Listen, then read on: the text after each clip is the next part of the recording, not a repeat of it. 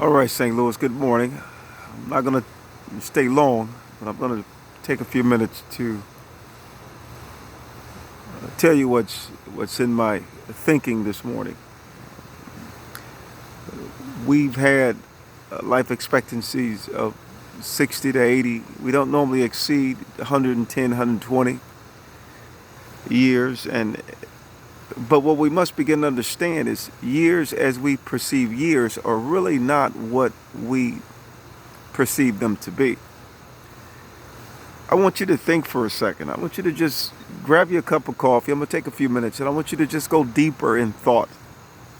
The Bible says my thoughts are not your thoughts and my ways are higher than your ways. So apparently we are thinking relatively shallow and we're not thinking deep enough. And the reason we're not thinking deep enough is because of the level of power in which we possess before we decay. In other words, if I tell you your life expectancy is 100 years, from birth to 100 years, many of you would think that's okay. And the reason you're thinking that's okay because you can't perceive beyond a life expectancy greater than that. But let's change the years into power. Your life expectancy of power only contains 100,000 pounds of energy, which is 100 years. So if it's 100,000 pounds of energy, but yet you have the ability to reach 13.8 billion pounds of energy, that tells me the 100,000 pounds of energy is relatively small. So as a result, you're not going to have the ability to extrapolate and process the information and the data around you to perceive the world as it truly is. However, you don't know that's something to perceive because you only have 100,000 pounds of power. However, the power is constantly depleting as you move closer to death because your neurons and synapses are not working adequately and you're suffering from various dementia and diseases because you're running out of power, not years. So we've become accustomed to and being happy with living a long life, but you have not yet lived. You're living in deception. In other words, we must reverse the laws of thermodynamics. In other words, 100,000 pounds must be reversed to go back the other way to 13.8 billion pounds of power. And as a result, we can stop time. We're living in a false perception of truth. However, it appears to be true because our level of intellect is beyond the level of intellect or below the level of intellect in which we're capable of achieving. We're thinking because we go to Harvard, Yale, Princeton, PhD, JD, DD, MDs, etc., we're thinking we're intelligent. But you're only intelligent to those that unfortunately are living with 100,000 pounds of energy. For those of us that are at 13.8 billion pounds of energy, intellectually, you are unfortunately retarded. I'm not saying it to make light of.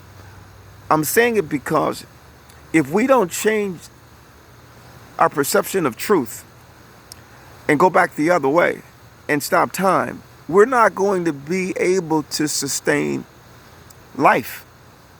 And we're going to believe that life is as it has been from the beginning of creation. Subsequently, we created false doctrine, false religion, false gods that are not gods. We didn't give ourselves the ability to manifest that abundance of power to be able to shake up the shallow ground, to be able to make a difference and allow that light to shine that's on top of that hill. But yet the light is going out. And the reason it's going out is because we are running out of power because we lack the ability to understand that we never knew. We are unfortunately following false doctrine and we are in trouble unless we begin to understand that we must reverse the laws, entropy, which they say will increase, it must decrease. And as a result, your grave clothes will be removed. And subsequently, you'll now travel at the speed of light minus friction and heat. You are capable of achieving this, what they consider to be an impossible. And the reason they consider it to be impossible is because they're at 100,000 pounds of energy. Can you imagine having 100,000 pounds of energy and someone having 13.8 billion pounds of energy? That person with that level of energy will crush you. It's just like having a firecracker with an atomic bomb. There's no comparison. So I came on this morning just to say it's time for us to say enough is enough. Because if we don't, the infirmities will destroy us because we have not enough power within our bodies that has been manifested to break us free. But yet we have the power. It's just that we haven't yet utilized it. Shout out to my grandbaby Noah. Granddaddy, love you, son. Continue to grind. Shout out to Winton and Catherine. Continue to do what you're doing. Zion, as well as now Gabe, Walter, and Danielle. Shout out to you and your family. Shout out to Alabama, Georgia. That's right, Georgia. I miss you guys out there. Pam, I thank you for all that that you've done while I was there in Georgia. You and the rest of the crew. Give everyone my love. Shout out to New York as well as the Bahamas. Chief Superintendent role. I know you're going back to Grand Bahama. You're leaving Eleuthera.